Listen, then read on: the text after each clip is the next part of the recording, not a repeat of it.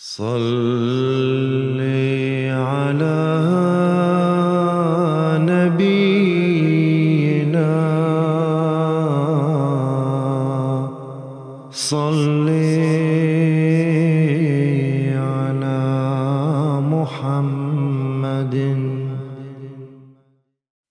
Pada tahun 1924, Khalifah Ahmadiyah yang kedua, Hazrat Mirza Bashiruddin Mahmud Ahmad radhiyallahu ta'ala anhu, mengutus dua orang mubalignya ke Damaskus, Suriah, yakni Hazrat Syed Zainul Abidin Waliullah Shah radhiyallahu ta'ala anhu dan Hazrat Maulana Jalaluddin Syams radhiyallahu ta'ala anhu. Namun dalam perjalanannya, Hazrat Syed Zainul Abidin Waliullah Shah radhiyallahu ta'ala anhu kembali ke Kadian pada tahun 1926. Adapun Hazrat Maulana Jalaluddin Syams radhiyallahu ta'ala anhu tetap bertugas di Suriah. Dengan karunia Allah Subhanahu wa taala, dakwah Ahmadiyah di Suriah mendapatkan kemajuan yang luar biasa.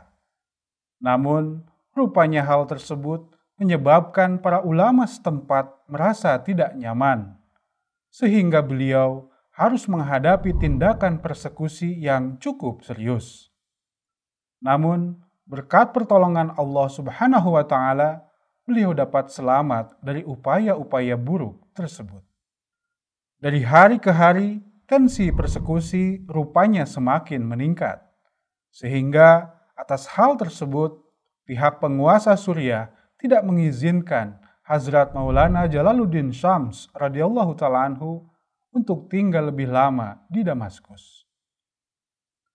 Dan atas petunjuk Hazrat Khalifah, pada bulan Maret tahun 1928, beliau pindah ke Palestina dan mendirikan pusat dakwah di daerah Kababir, Haifa, dan memperluas dakwahnya hingga ke Mesir.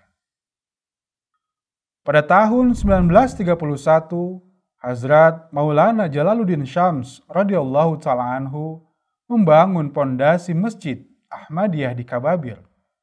Perlahan namun pasti, akhirnya Masjid Mahmud dapat berdiri dengan tegak dan indah sebagai pusat dakwah Ahmadiyah di Kababir demi menyebarkan ajaran tauhid ke seluruh penjuru negeri.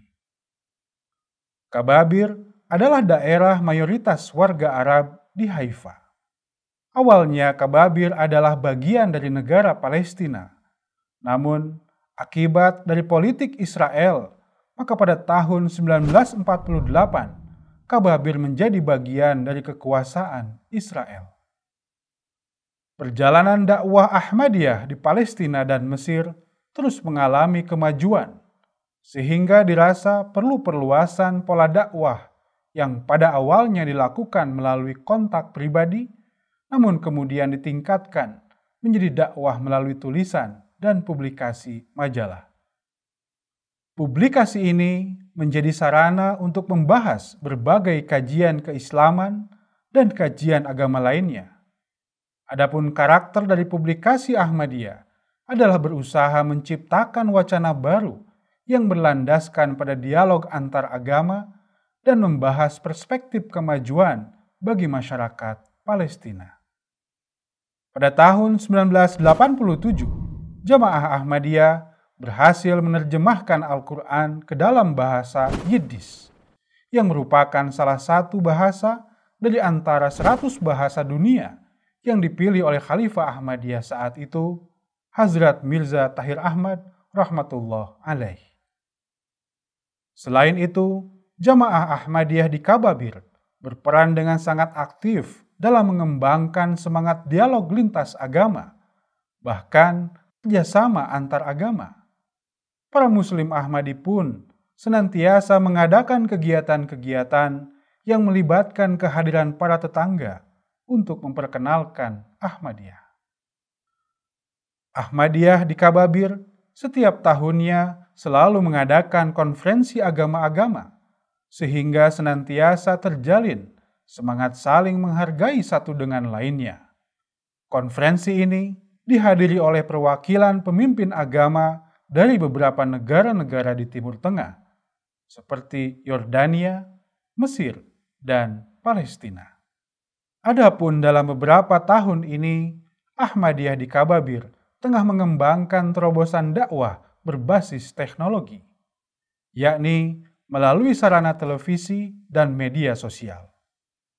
Mereka meluaskan dakwahnya melalui channel Muslim Televisi Ahmadiyah 3 Al-Arabiyah.